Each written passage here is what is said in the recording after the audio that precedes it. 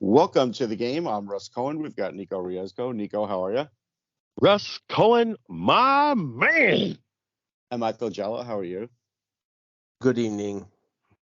All right, so let's talk about what's transpired here in the off season for baseball, and it's interesting because with the Jacob deGrom situation, one thing I don't care about, but I see some fans are caring about, is he didn't take out an ad in the paper. He didn't do anything yet to thank the fans of New York. He's already said a bunch of times he liked playing there, so I don't care that he doesn't do that or didn't do that, but he didn't. I did care that he didn't give a last notice to the Mets, like, hey, this is what I got. What do you think? But, he didn't want to do it. Maybe his agent already knew what the Mets stance was. I can tell you this. I wouldn't have paid the money either. It was too much term. In the end, it could end up being $222 million, and he could end up being 40. But the one thing I'll say is he is going to be good.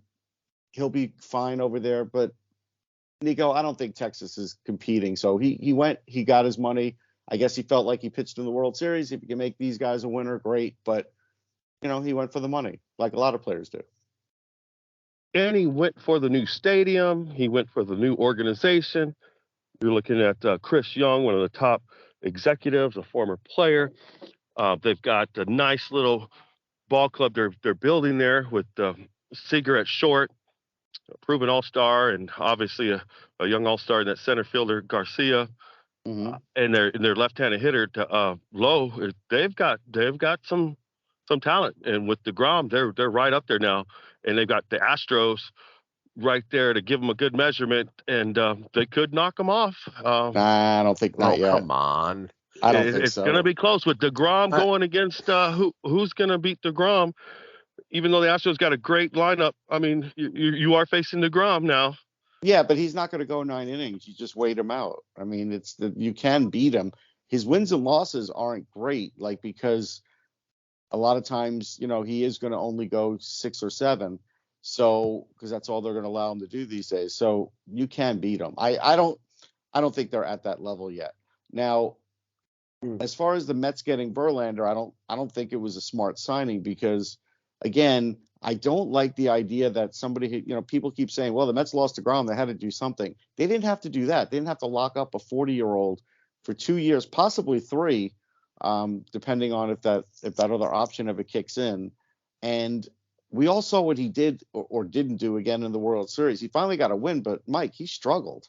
Yeah, but okay, the point is he's never done it in the World Series. It's a mental hurdle for him. Even when he was in his prime, was it 07 when they faced the I think it was 07 when they faced the Cardinals. He pitched like crap in the World Series then. So I mean, so what's the point of getting him then if you don't feel like you're gonna?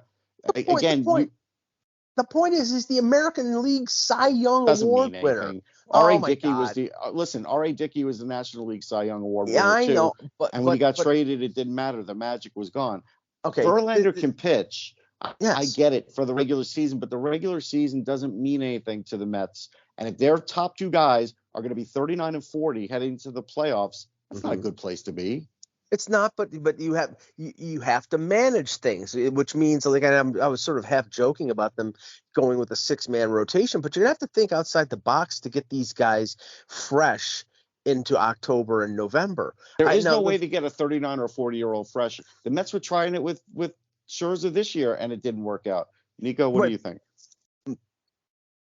I shut you off, Mike. I think it's a recipe for disaster. I mean, they're going backwards, signing these long-term, or it's not that long, but obviously this much money is a long-term commitment, even though it's a short-term opportunity to get someone like Verlander, and who wouldn't want someone like Verlander? But the fact of the matter is, you need somebody young. I mean, deGrom is your franchise.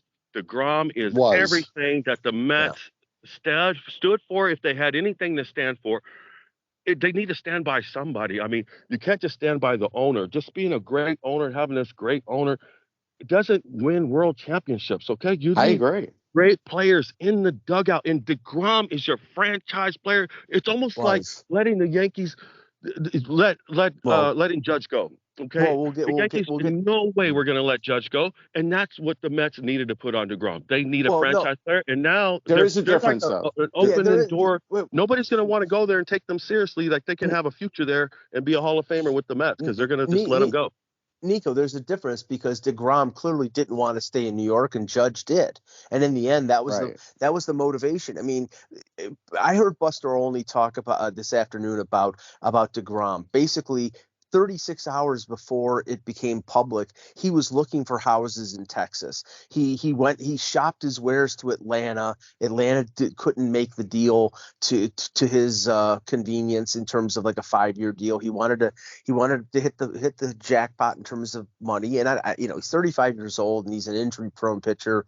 I mean, I don't blame him for doing that. He's striking while the iron is hot. But clearly, for everything that he did, he wasn't going to stay in New York. He wasn't going to stay in New York. And the thing was, now why? Here's the answer. Why? He didn't why want would to. Somebody? He just didn't want to. Nikco, there's a why. There's a why. There's some other reasons why other people did not sign with the Mets. There's a reason why they're passing up. Is it something that they cannot win? They don't take their players seriously. Their franchise. Who is their franchise player? What's There's Lindor? no home there. They're just the guy. They're a bunch of free agents who come in and come out.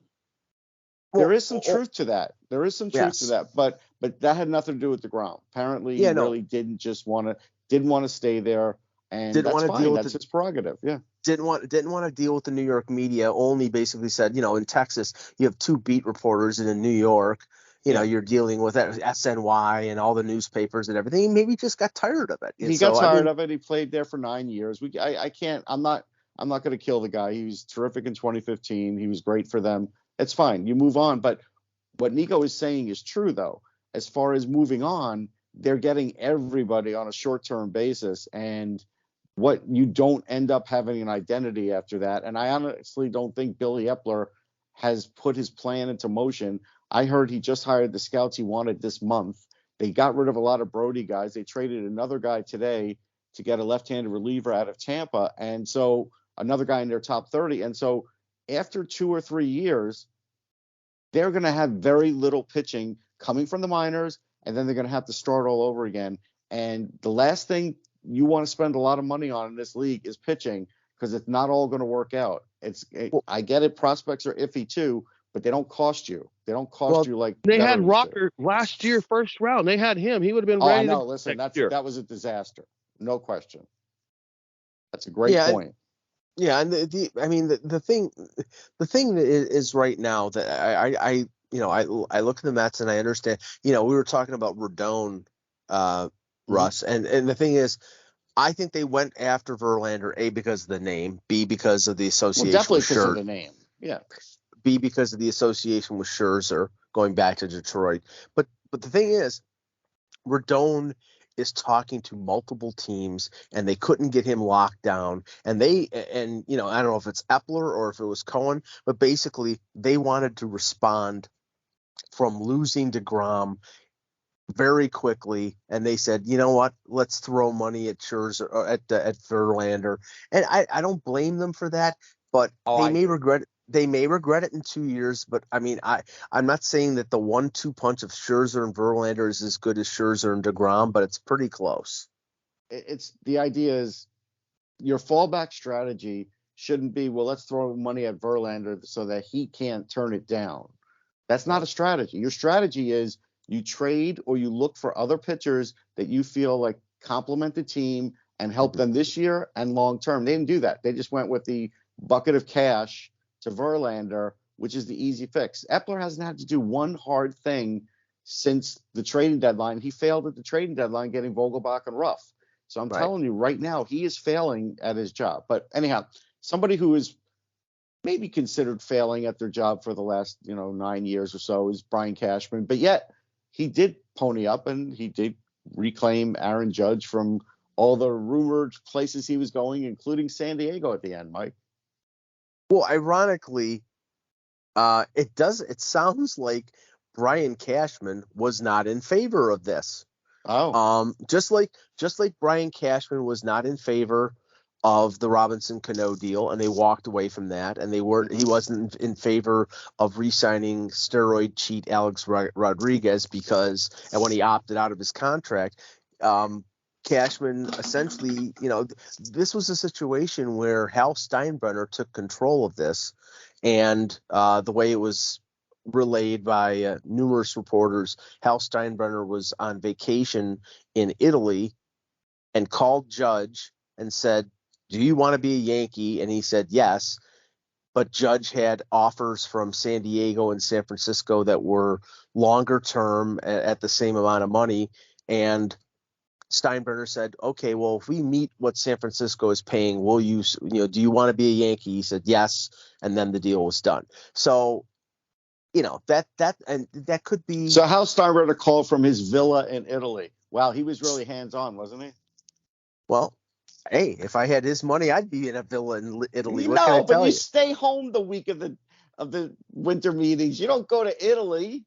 You almost lost the player. Come on. What are you talking about? He got the player. He almost lost him, though. Oh, God. I don't believe the San Diego stuff. But listen. Neither do I. That went on. It was San Francisco for sure.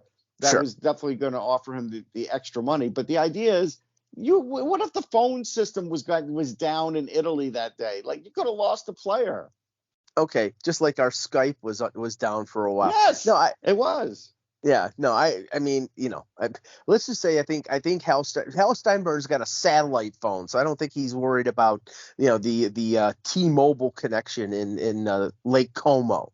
Okay. So I mean, and he closed the deal. Now, I said to you 6 months ago, I didn't think Judge was ever going anywhere. This was, and the all the stuff with John Heyman yesterday with saying that he was going to San Francisco. I think it was a well-placed little rumor faked by Judge's representatives to get the Yankees to bite in on a 9th year at $40 million.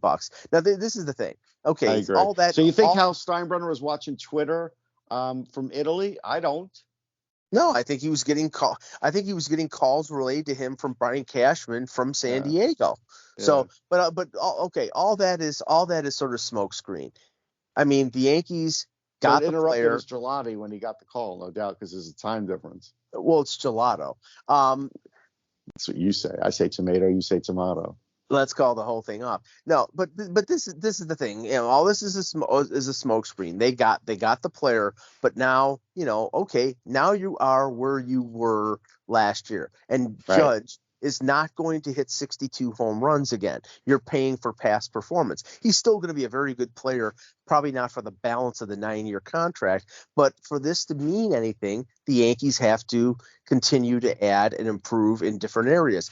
And I just wrote on Full Press, I think what this is going to mean is, they've got like young infield prospects like Oswaldo Cabrera and Volpe and Peraza, and they may decide, well, we got to save money, so maybe we trade Gleyber Torres, or maybe we get rid of Kiner Falefa, or sign some sucker to take Josh Donaldson's last year. They're going to have to clear out salary because they don't want to be paying $300 million like Steve Cohen is. So that's what they do over the next few weeks. If they are in on Rodon or if they're in on other pitchers, that's going to make the difference between what they did last year, which was get swept by the Astros, or if they have a better chance to get to a World Series for the first time since 2009. Yeah, I agree. Nico? Yeah, Judge was their big problem, and they solved that, and now they've got a serious hole to fill in their starting rotation. Garrett Cole needs some help, and they can flip a coin to see who's second, and they need to bring in some horses, or they don't even have a chance to even compete with their offense being as great as they are. We saw that it's just not. They just can't compete with the Astros and possibly some other teams that are up and coming as well. Yeah, the Astros own them right now. They're their daddy at the moment. Yeah, and you know what about the Astros? Everything about the cheating is over with. When you have a World Series it's not. And you throw it is, but it is. He's right no hitter in the World Series, you have overcome every single doubt about your organization cheating because hey, when you throw a no hitter, it's over with. There should be no arguments, and that's what's so great about the game. It just gets better and better, and it resolves itself over time. No, Well, this time it did. The cheating scandal is never over with. Maybe the 2022 team didn't cheat, but the 2017 team did. The 2019 team did. And they just never have been able to definitively prove it. But that's never over with. You can't take away the accomplishments of the 2022 team and what they did. They were dominant. But I'll just say this right now: the Astros are not as strong as they were. They lost Verlander. They haven't replaced him yet. I think Jose Abreu is an addition at first base is fine because he's still a really good hitter at 35 years old. But they're not as good of a team as they were. Now the offseason is long and they could add some players. And if they do that, then they could be right on top again. But I mean, right now, who knows who the best team in the American League is? It could be the Yankees, it could be the Astros, it could be the Toronto Blue Jays for all we know. Yeah, I mean the Blue Jays are saying they're going to do stuff, they just haven't. But we'll see. There's still time there. One last thing about the Mets, I'll mention the Jose Quintana signing because it was a bad signing. He's a 33-year-old who really he's just an average pitcher. That's all he is. He's an average pitcher. You gave him $13 million to pitch 30 games. He's never going to win a ton of games. He doesn't strike out guys anymore. Not near the rate that he did. David Peterson is capable of striking out more. He had 7 wins last year, Peterson, and the Mets for some reason are taking away his spot in the rotation because they're only going to have one lefty. Peterson will end up being in the bullpen now. Again, I don't get it, and I don't even want to hear that. Well, they wanted to shore this up because they weren't sure about Senga. I mean, Senga's battling. You're battling other teams to get Senga. So there's no guarantee the Mets are getting him. So if they got Quintana thinking, well, we got Senga too, I hear there's things there that are going to take some negotiating. So they're not a guarantee to get Senga yet. So somebody could still swoop in and get him. So at this point, not getting Rodon could actually be the big problem for them for the offseason because now it looks like he wants 6 years. If the Mets weren't going to give him 5, they're not going to give him 6. So somebody else is gonna. And so it'll be interesting to see. The loss of Taijuan Walker to Philly was a great loss in the sense that Walker does make most of his starts. He does go pretty far in games. He is a great competitor, a great fielder, a great teammate. He's a guy that will be lost in the clubhouse, like a missed. Still have a great shortstop playing behind him with Trey Turner. What a pickup. Well, yeah, that was a great pickup too. 11 years is bad though, Nikco, because shortstops don't last that long in this league. And by 35, he'll be playing second base or something else. And you hope his speed's not gone. But for the next 3 or 4 years, listen, with him at leadoff, pushing Schwarber down the lineup, today, right now, the Phillies are the class of the division with the Braves and then the Mets in third, depending on what else goes on. But right now, the Phillies are the best team on paper. Well, the interesting thing about the Turner thing is that apparently the most important thing for him was the $300 million figure. And essentially he said, I'm not going to, you can spread this out over how many years you want. So to get the AAV under 30, they gave him an 11-year deal. So what they're saying is in the last 4 or 5 years of that deal, he's going to be like Bobby Bonilla. He's going to be collecting a paycheck in the Caymans or something like that. So, but my worry for that is, and we'll see how Nikco feels about it, and you feel about it, Mike. My worry for that is, I do feel like baseball's contracts are going to start to level off. I don't think they're going to go much higher than this. I think the ratings have gone down a bit. The attendance is definitely down, and I would be shocked if the corporate support stays this strong the next time they're up for a TV deal. And even with the gambling, I don't think the gambling is going to always be high up there either. I think at some point that's going to level off. So teams that have tried to be creative like this with guys like that, they might rue the day that you have guys on the roster like Harper and Turner are on the roster until like something like 2030.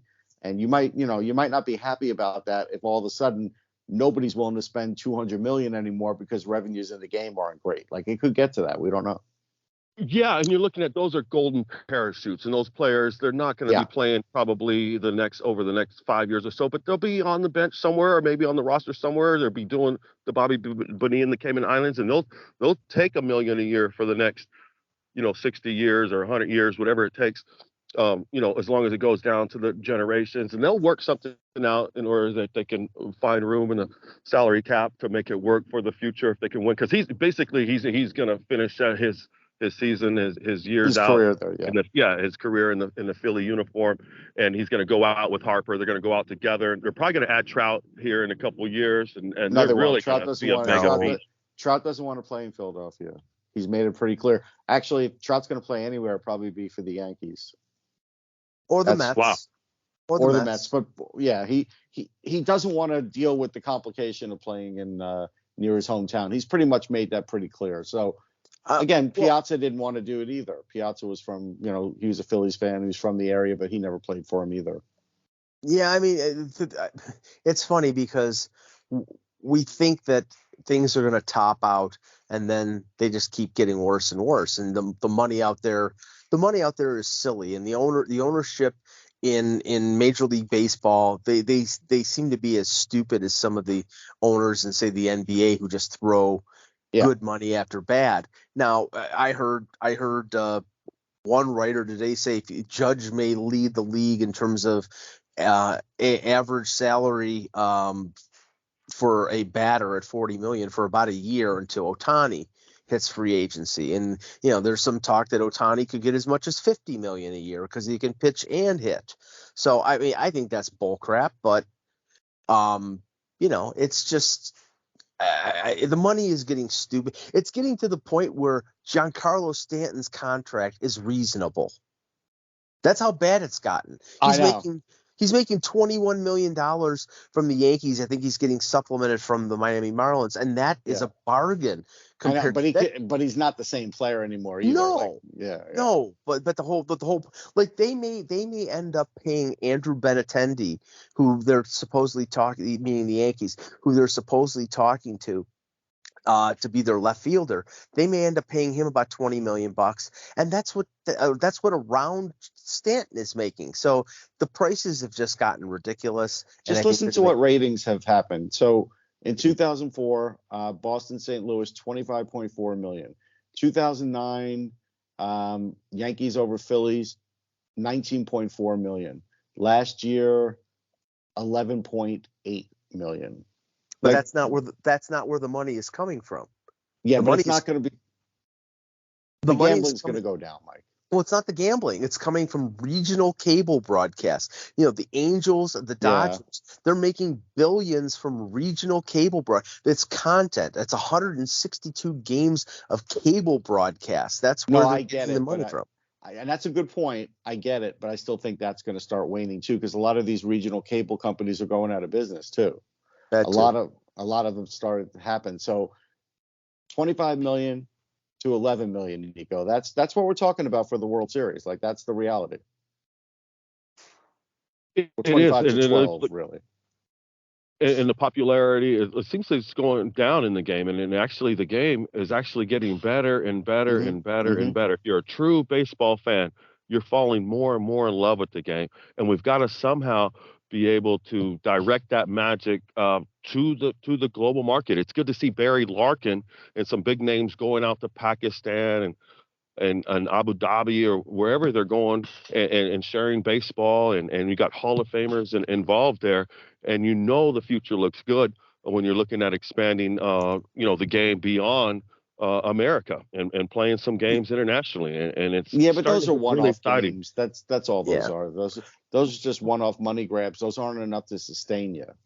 Yeah, Russ, can we finish off with the Hall of Fame stuff? Let's do it. So Fred McGriff gets in, which is basically the modern day version of the Veterans Committee. With he got 12 votes. You have to get over 12 votes to be voted in. He got over 12, or he got 12. Don Mattingly got 8, which I think in 3 years means he's going to get in. But I take great pleasure in the fact that this group did not vote in Bonds or Clemens or Schilling. It wasn't even close. So no, their votes went down. It doesn't. It is beginning to look like some people were saying, "Oh, eventually they're going to get in." No, they're not. The stigma of what they did is not waning; it's gaining momentum in terms of them never getting in. And I think it pissed me off that David Ortiz got in because we know that he was a steroid cheat, and it doesn't seem like any of the other ones, the big name ones, Palmeiro, Clemens, Bonds, are ever getting in. Doesn't seem like it. We have to say Ortiz is alleged. Hold on. Alleged. Yes. Hold alleged. on. Alleged. We have to say alleged for Ortiz because he was just on a list. Yes. Yes. Alleged. Go ahead, Nikco. So Mattingly, I mean, McGriff is a great ball player. Don't get me wrong, but Mattingly, I mean, to me, he would go in first before McGriff. Well, he didn't. I mean, I think Mattingly is a Hall of Famer. Now, I also think, and I've talked to Russ about this a number of times, I don't know how the hell Keith Hernandez is not on this list. And the only thing I can come up with is the Pittsburgh drug trial. That is the I do think that's a factor. Unfortunately, yeah. I think that's a factor because, a lot of people who vote still, especially on the veterans, are players from that era. And they didn't like what happened, and they didn't like the light that was shown on the game at that point. And yeah, I think that is something that's a factor. Mattingly, he just didn't have a long enough career, but at some point they may look at that and say, well, his 5-6 years of dominance, we can make an argument. So, that's the hope for Mattingly. I still think it's a tough go for him. It's the Kirby Puckett Cam Neely exception, that shorter career because of injury. Yeah, I think there's a possibility of that, but McGriff definitely should get in. Nikco, what's your thoughts on McGriff? I love McGriff. I mean, watching him, it was a crime when he came up to the bat and he put a pain on some of those baseballs, and he was fearsome. And when he took a swing, it was a pretty swing. And we all saw him. He won a World Series there with Toronto. I don't think not too many people remember him with Toronto, and then with the Braves. I mean, he's just the magic. And when he's in Atlanta, I think the crime is that he had 498 home runs, and it took this long for him to get in. That elusive, 2 home runs. That if he had 500, he would have been in a long time ago. And I think the thing that benefits him is that pretty much we know players of that era were clean, and players of a later era were not. No, that's fair. And, the thing is, we don't know who's on this committee, but anybody who's on that committee that didn't play in the 2000s, they're not going to vote positively for those guys. They're not. That's pretty much proven. I'm going to give you a guy that I still think's going to get in. It'll take a little time, but I think Mark Burley will get in. Again, his first vote, he got 11%. Then it went down to 5.8. I think that's going to take a while, but he's got a great winning percentage. He's a 4-time Gold Glover. He pitched well in the postseason. Like, this is a guy who I think you're going to look at over time, and they're going to say, all right, nobody's really winning 300 anymore. He was 214 and 160, 16-year career. He was a really good pitcher. And I think over time, the amount of innings he put in, 245, 236, nobody does that anymore. He had 1, 2, 3, 4, 5, 6, 7, 8, 9, 10, 11, 12, 13, 14 years of 200 innings or more, which went to 2014. And in 2015, he was 198 innings and won 15 games before he hung it up. I think he was an above average pitcher, but I know, because we've argued about this before, that I just don't see it. I could see it for a guy like Bert Blyleven. I could see it for Jack Morris. I just can't see it for Burley. I mean, honestly, I think there's a better case for a guy like David Cone making the Hall of Fame, because David Cone won 4 World Series with the Yankees. His winning percentage is fantastic. His career ERA is fantastic. I can see, and he was part of other winning teams with teams like Toronto and the Mets. I could see him make it. I would say Pettit, but Pettit was, an admitted steroid user, but at least he fessed up to it. But here's something Cone didn't do that Burley did. Burley won double-digit wins from 2001 to 2015. His only year he didn't win double-digit wins is when he broke into the league and only played in 28 games and pitched 50 innings. So he basically won double-digit wins his entire career. Right. I'm not saying he's not a good pitcher. Who does that anymore? Well, it doesn't matter if they do it anymore. It's like what the norm was at the time that those pitchers were. Well, the norm wasn't throwing 200 innings every year, and definitely not 245. He had a rubber arm. He was a lefty who had a rubber arm, but he was not. He was never. Did he ever win a Cy Young? No, but there's pitchers in the Hall of Fame that have won the Cy Young. Right, lefties don't get any respect. They really don't. And you saw. Yeah, I know. I'm a lefty. Traded them away, like they don't even care. And it's gonna, like I said, it's gonna come back to bite them for sure next year. They're gonna be hurting on some left-handed pitching. We'll see. I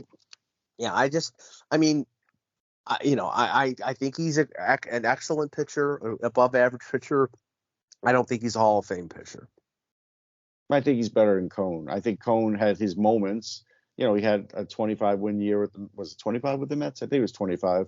He definitely Roger Clemens. How about that? 3 or 4 years of greatness. Not a Clemens chance is out in of the hell. voting. Yeah, he's got no chance. Roger Clemens over everybody. Not a chance in hell. Never, ever, ever, ever. I'd rather see Eddie Seacott in the Hall of Fame than Roger Clemens. So the one year where, to give you an example, when Mark Burley came in 5th in voting, Colon was 1st, Rivera was 2nd, Johan Santana was 3rd. Like he wasn't gonna win the Cy Young that year, and he had a great year. Mm-hmm. He was 16-8. Yeah, right. He pitched a perfect game. Yeah. So did Cone. So if I match up the two, like I think Oral Hershiser has a better chance than Mark Burley. Absolutely, or Hershiser will be in. Hershiser might. Will be in. Hold on. Burley will be in. They will get in. It's just a matter of time. That's all. I'm gonna look real quick at Hershiser, and then we're gonna end this. But Hershiser, 204, 150, 18 years. A little spotty though, with some win seasons, good innings. Yeah, I think Hershiser has an excellent chance actually, and he had the streak. Right, and he's got a world championship too, 88. Yeah. Mm-hmm. Yeah. No, I mean, I think Hershiser. You make a good case. I think Cohn's still on the outside. I like Dave Cohn. There's nothing personal there, but at any rate, good discussion. That's it for the game. We'll catch everybody next time. My man.